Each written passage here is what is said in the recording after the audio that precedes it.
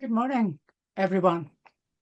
It's a great pleasure to be here today, and I'm looking forward to speaking with you and discussing further how we can go about building sustainable urban communities. We are living in a moment of extraordinary change,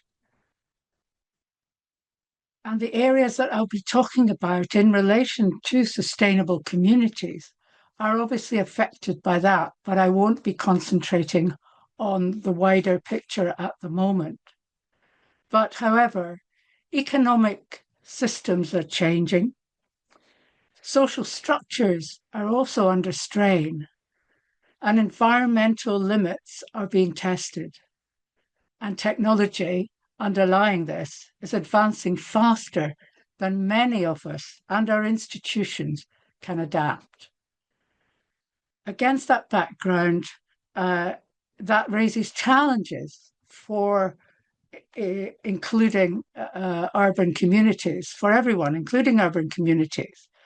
And I'm hoping today to concentrate on cities, but dropping down into areas of cities as well. For those of you who don't know me or have never met me, my name is Dr. Cathy Garner.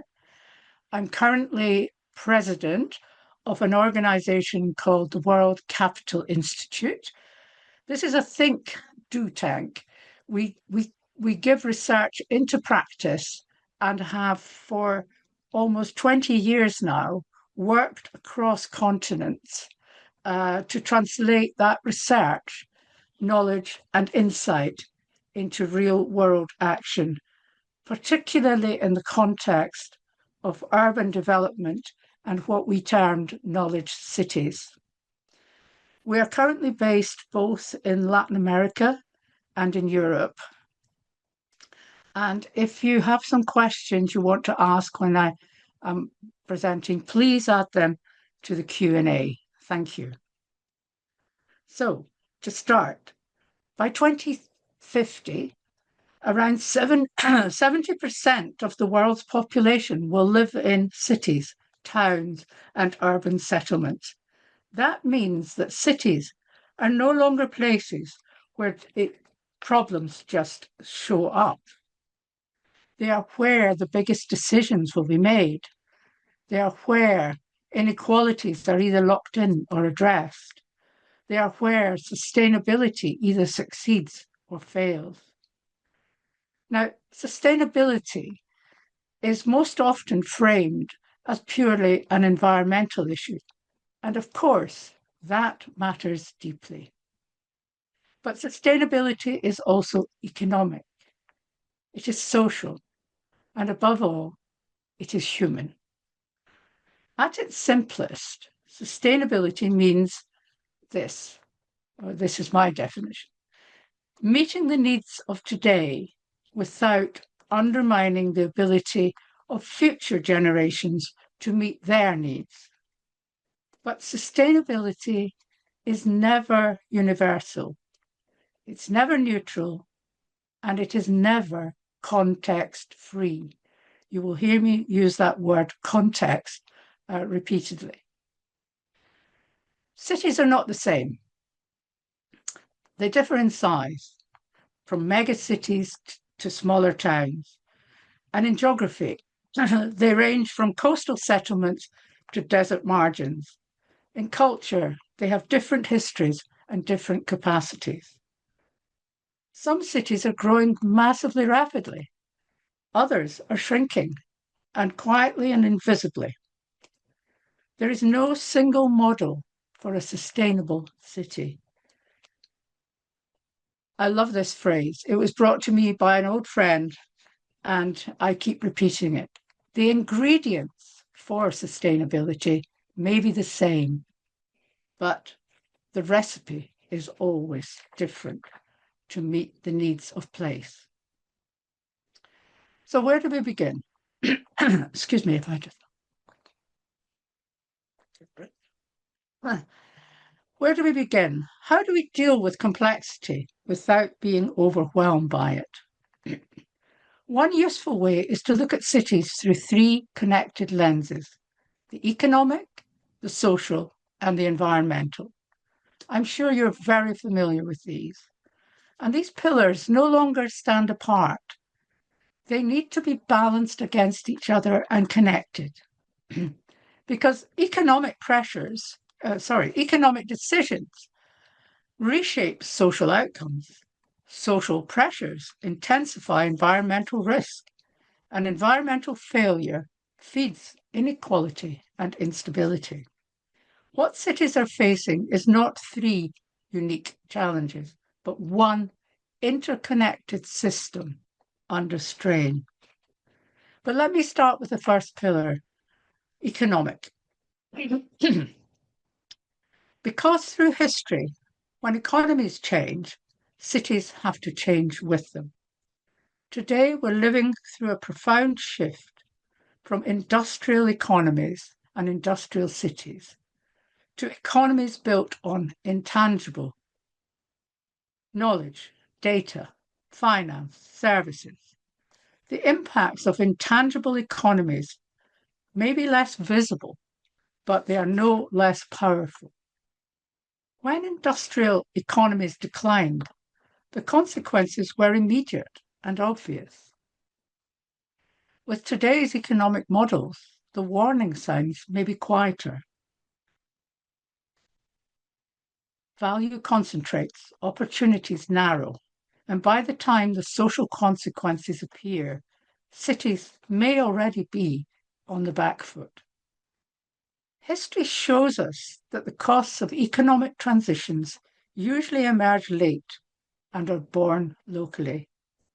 Now this pattern is accelerating through automation, artificial intelligence, data-driven systems. These forces are reshaping work faster than governance systems can respond. Cities will experience the consequences, but they rarely control the levers. Yet cities are not powerless. Around the world, alternative economic approaches are emerging, such as economy for the common good, focused on shared prosperity, stakeholder values, and local wealth building. They are not silver bullets, but they reflect a growing recognition that resilience is not just about competitiveness. It's not just about the economic issues. It's about inclusion and it's about adaptability. Because when economic systems fail or get out of proportion, they fail socially, they fail spatially, and cities have to be able to manage the consequences. I mentioned the second point, social ruptures. Economic change never stays just in the economy.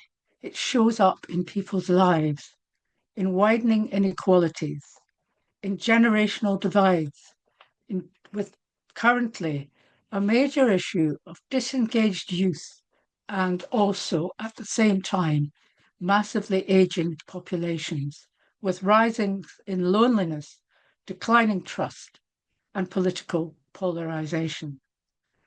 Cities, however, concentrate the opportunity to make that change, but they do also concentrate vulnerabilities to that change. Knowledge-based economies in the transition from industrial economies have created extraordinary success for some, but regrettably leaving others behind and increasingly excluded. This is not just about income. It's about security, people's voice, and belonging. As work becomes more precarious, housing more unaffordable, and services more stretched, many people feel the city is no longer working for them. Digital technologies and the pandemic, of course, increased wider connectivity, but also increased isolation. They did expand information, but in some cases have eroded trust. multiplied participation, but concentrated powers. These pressures are playing out across generations, creating distance where shared experience once existed, where grandparents and youngsters could walk together in the streets safely and feel happy. And this matters because social cohesion is foundational to resilience and resilience in communities. But these outcomes are not inevitable. Inequality, this is from Joseph Stiglitz, who some of you may recognize as a very long-leading economist.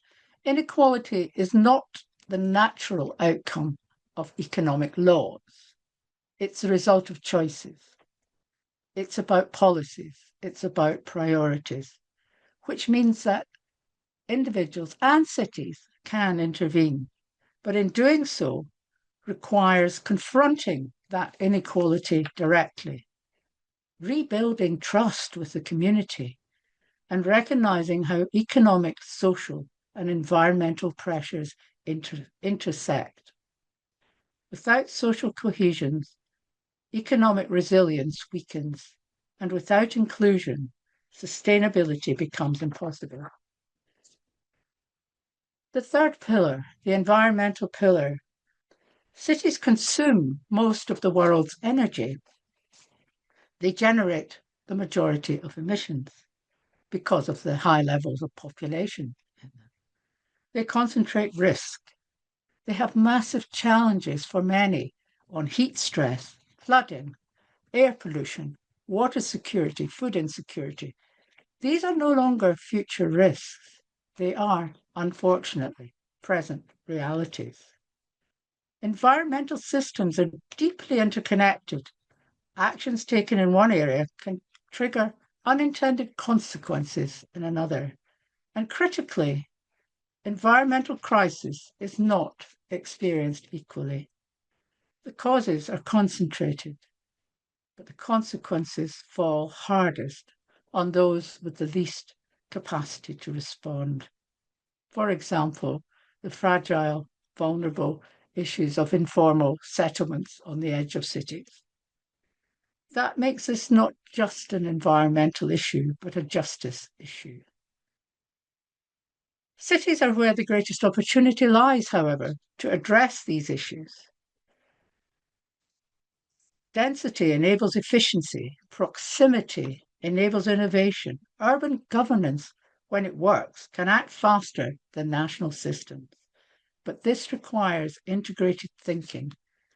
Environmental action cannot be siloed. It cannot ignore social realities, and it cannot be treated as just a technical add-on. Without environmental resilience, economic gains are fragile. Without environmental justice, social cohesion fractures. And sadly, we are seeing that in the UK quite regularly. There are many examples of approaches that we can adapt for environmental improvement, such as nature-based solutions.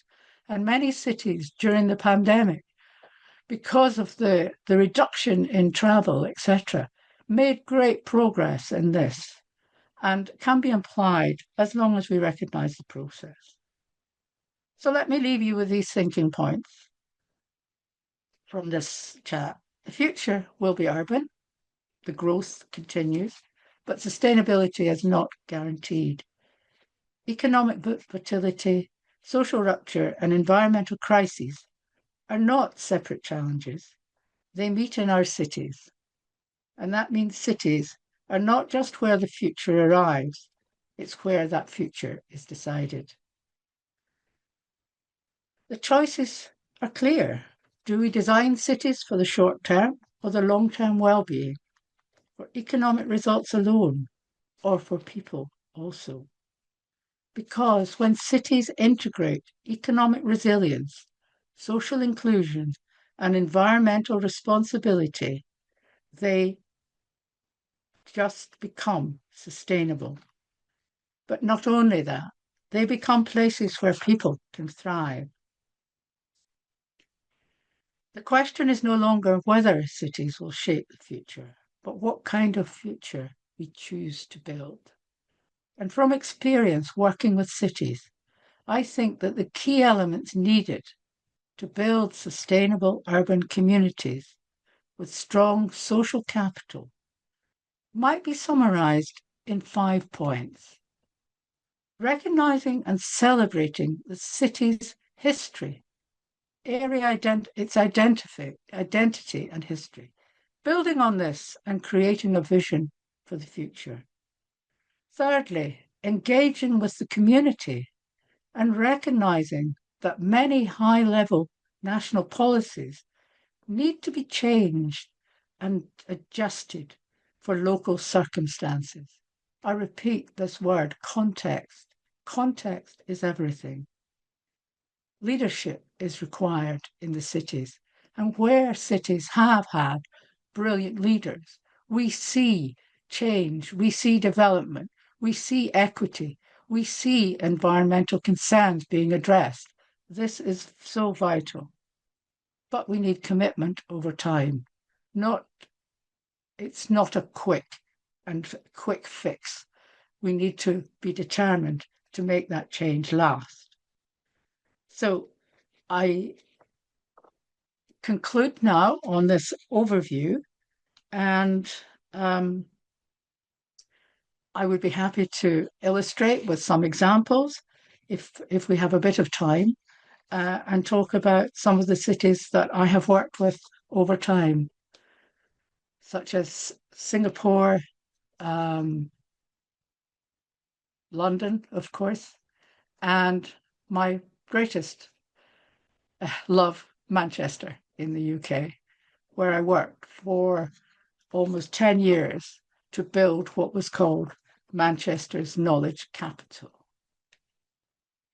And these examples are real examples of incredible transformation. If you look at Singapore, for instance, you see the journey from a post-colonial city in the mid-60s to a thriving first world economy, with driving the compelling case for visionary leadership, sound governance, and strategic policymaking. In the span of a few decades, Singapore moved from widespread poverty and instability to achieving living standards and infrastructure on a level with the richest nations. Despite the dire conditions that Singapore's early leaders inherited, they took bold steps that laid the strong foundation for future success and the strategies that were pursued from the outset. There are 7 key lessons from Singapore. Governance is vital. Security and the rule of law is important for economic activity. Human capital investment. Economic openness, allowing trade, private enterprise can compensate for limited resources which you have. Reform, and I don't mean the British political party, prioritization on security, governance, and infrastructure. Importantly, social cohesion. National identity or city identity can be massively important in getting people to come together and recognizing this. And contextual adaptation, understanding what this place actually needs. We have a few more minutes. Singapore is massively recognized now as a city that has totally transformed itself to be inclusive, economically viable, and environmentally conscious and active. London, from my experience, of course, is a vast city, and there is no way you could say that London as a whole is all the same. It is hugely variable. hugely different. Many cities are like this and have different neighborhoods which vary across whole spectrums of change and circumstances. The area that I worked on and have just published in is looking at the innovation hubs in London, which have been fascinating, how they've developed, how they've influenced the communities around them. And universities have played a really important part in this, both in the invention and innovation, but even in London, universities can play different and significantly different roles depending on the needs of the places in which they are located. And innovation is so important when we hear about the massive change in technology, the massive factors that we are dealing with. Innovation today is critical as it drives not only modern economies, but also solves complex problems such as health, well-being, and sustainability. And this was greatly recognized in the pandemic years in the 2020s. From examining research and practice over time, 4 key human capital assets can be identified as contributing to unlocking the potential for innovation in an urban context. Again, we come back to what we heard from Singapore: appropriate leadership, deliberate opportunities for knowledge exchange with the community, for the community, with academic areas, with business. A culture which accepts risk and potential failure. We don't always get it right, but we can amend. Networks that connect locally, nationally, and globally. These, as a study, call it conditions precedent, affect the probability of successful innovation. In London, the 3 examples illustrate the importance of context and place and their identities. Some of you will be very aware of what's called the Knowledge Quarter in London. It reflects a certain model of innovation districts. It's not perhaps a traditional one, but there are over 100 partners in there employing thousands of people and based on anchor institutions of the University of College London, British Museum, Royal Veterinary College, Wellcome Trust, the British Library, King's Place Music, the Alan Turing Research Centre, Google, the Digital Catapult, and Francis Crick Institute. This area used to be a major industrial hub for London, and its industrial past is still recognised today, echoed in many of the streets, incubators, and accelerators. The area, one of the key features, one of the key features of KQ, as it's called, is the nature of the leadership, which it pulls institutions of the area together with the key purpose of sharing and exploiting knowledge for the benefit of the economy and society. Its local boroughs of Camden and Islington have high levels of income and health inequality and child poverty. And this challenge has been addressed in this innovation district, drawing up a collaboration with those councils.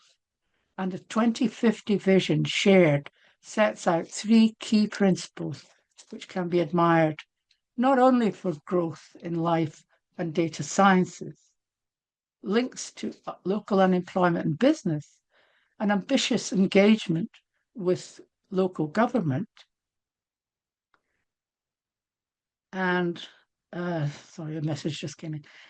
Local government and councils, particularly with young people, working groups with groups of employers KQ has already set in motion for young people to become laboratory technicians for the local life sciences cluster, and finding degree places for local scholars.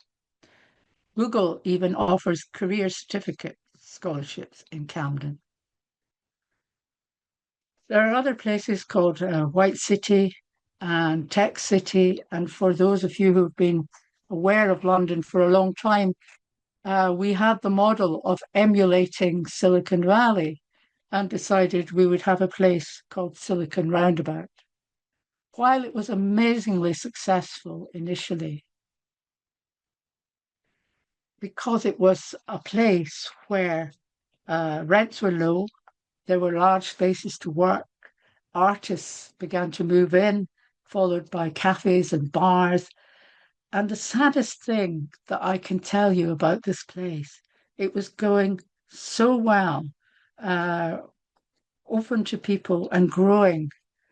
However, when the government decided that this was our area, which was imitating Silicon Valley, it became engaged in the area, changed the nature and context, and didn't understand the context in which it was operating, and created what was basically a hostile environment because this area had been built through migrants who had come to the country over years by discouraging in migration.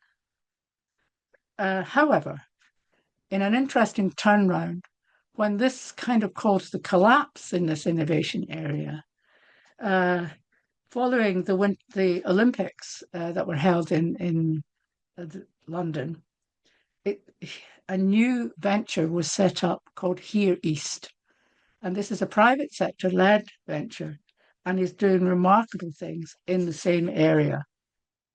I think the learnings from London's ecosystem, and I'm getting very boring again now, it's context dependent.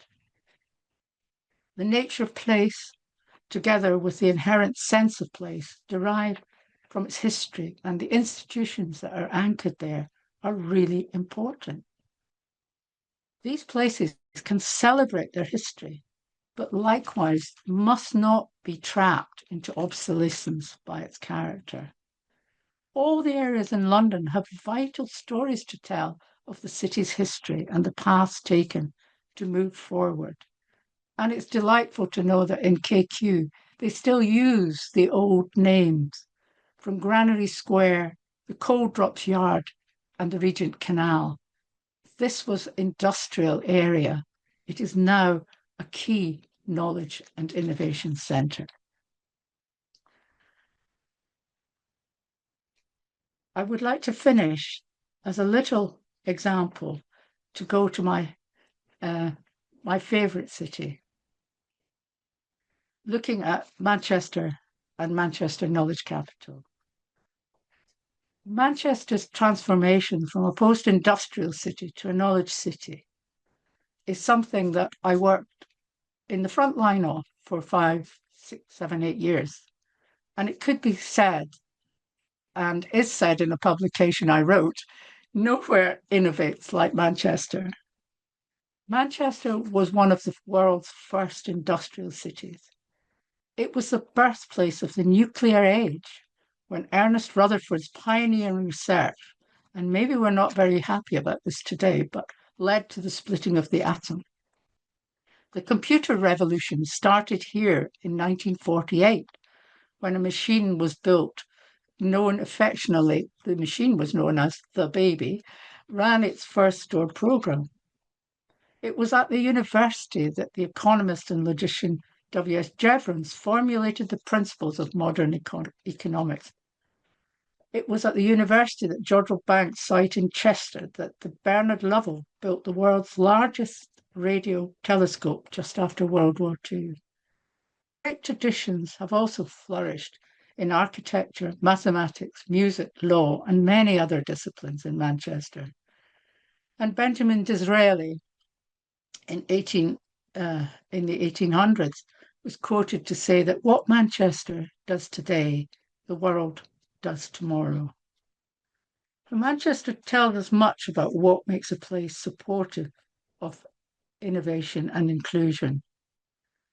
The University of Manchester is a very key player in this and continues to be a key player. Manchester University is a global leading research in work that led to, most recently and famously, the isolation of graphene, which has changed our building approaches dramatically. But it is also Manchester. Social innovation is key. Manchester has a long record in social innovations that have provided models for community and society, so much that the famous historian A.G.P. Taylor is quoted as saying that Manchester showed how people, should live as a community. The history here shows radical innovation and innovation in response to human wants and needs, summed up perhaps by the historic name of the Manchester worker bees. And may I just finish with a little story from Manchester and Manchester's engagement with the cotton trade. At the time of Manchester's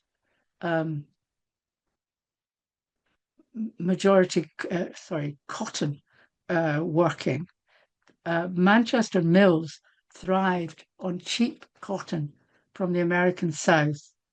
But what they did not like was this was grown by enslaved people. And when President Abraham Lincoln came in, Manchester workers chose to support his call an abolition of slavery, earning Lincoln's deep gratitude, shaping the city's identity as he sent his thanks to the Manchester working bees who suffered through this time, cutting off their work monies, cutting off the work that they were doing and refusing to undertake that work. Until the abolition of slavery was received. You can still see this influence today. If you go to Manchester, the public buses all have bees on them. The worker bees of Manchester are absolutely famous. And the bee symbol symbolizes the hard work and became prominent, like Manchester's industrial spirit in its principal stand against slavery. These cities, these three examples, I hope, have shown that to develop sustainable communities, they need commitment to move forward, embracing new ideas, having the leadership to stay determined and to improve the lives of those in their cities. Thank you very much for listening today, and I'm happy to take some questions. Thank you.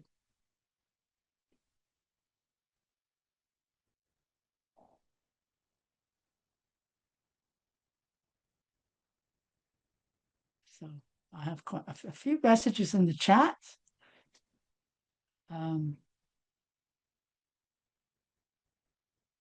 Are we designing cities for humans or humans adapting to the systems we build?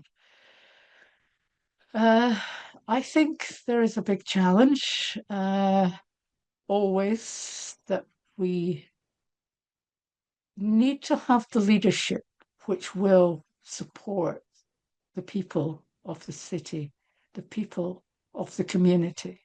They need to listen and they need to understand that they're building a place not just for economics. And I think for so long, economics has become, in a sense, the biggest and most dominant factor. It's important, it's vital, there's no doubt about it, but it cannot really exclude social capital, social cohesion, society. And we've seen, I believe, a bit too much of that. And the examples I've given you have all taken on board the need for social as well as economic progress. I hope that's helpful. Um, what is the opportunities to enhance the role of knowledge within societies? This is a big challenge. I think that we've had years now of, and we've got disruption here at the moment, but we've had years of, in a sense, there being something called a cognitive elite, because many people were still working physically hard in industrial areas. And those who had adopted early into knowledge societies were becoming oblivious to the consequences of this transition for many people's lives. If we look at the closure of the coal mines in the Midlands in the 1980s, if we look at what's happening in Wales at the moment, we see people who have been excluded because they do not have the wider skills and wider abilities to work in new and less physical areas. And I think that's a real opportunity. And I'm so pleased that the Knowledge Quarter has taken up the issues of engaging with the young people in the community to show them and to help them gain lessons, to help them gain practical experience in the companies that are engaged in that Knowledge Quarter. So it's beyond innovation, it's a very strong engagement in the social communities in Camden and the young people getting opportunities to see that there are jobs for them at this time.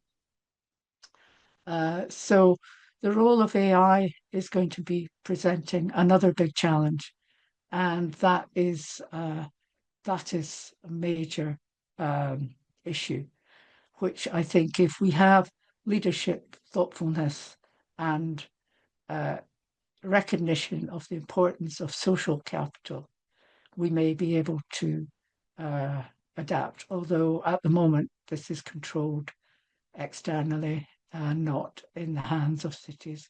Although there may be cities who decide on various fronts to take action on it. It's a complicated area and we need a really active discussion on that. I'm being asked also, is there a criteria to define a city?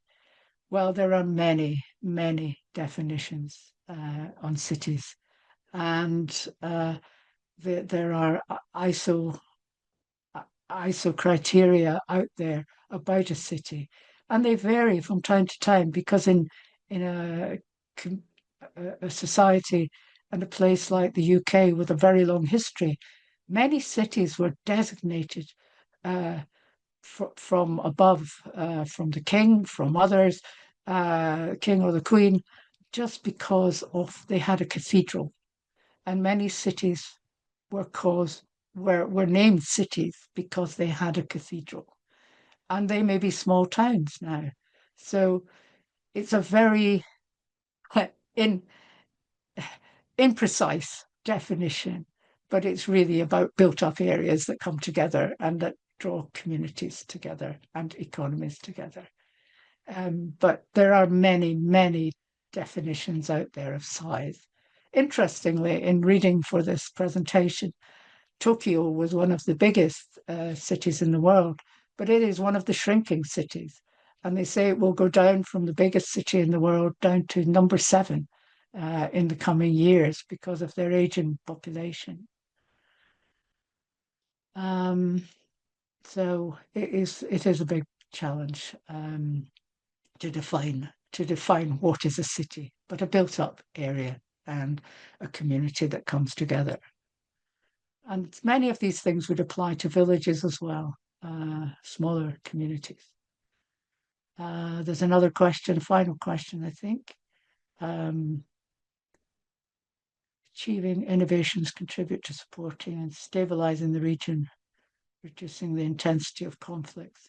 This is a very difficult question, but I think if we look towards Singapore for this example, Singapore was in the 1960s not a safe place to live, not a safe place to go to. It had lots of crime, it had lots of difficult things. And now I think it is very much respected for how it has transformed that. So there are ways to, but again, it comes back to leadership and knowing what is needed in that specific area. Context is vital. Context is so important. So understanding what the challenges are, what the issues are, is absolutely vital to try to address them. Innovations, well, innovations have become. I think there are social innovations, but mainly this is about progress in a knowledge-based economy. But there are social innovations that can happen also. And there's a program in Finland. And if we look to the Nordic countries, one can see that some of the cities in Finland, Espoo, and various other places there, have taken up these issues of binding communities together, how they do that, how they make the cities, the regions feel part of a bigger community and keeping it sustainable by interaction and engagement. And the final question I have here is, do sustainable communities come at a cost? Are there any drawbacks? I'm going to answer that very straightforward. Of course, they come at a cost, but the cost to whom? Too often the cost is to those who have no power. But costs may be valuable. And I would say there are absolutely few drawbacks, even in situations like the Welsh Valleys at the moment, where industry is declining. If you manage it, if you understand that sustainability doesn't occur without effort, and you have to balance economic, social, and environmental altogether. And sometimes one of these will play too strongly against the others, meaning that there are fragilities in the system, but systems are complex. But context is vital. And I'm going to stop there. Thank you very much.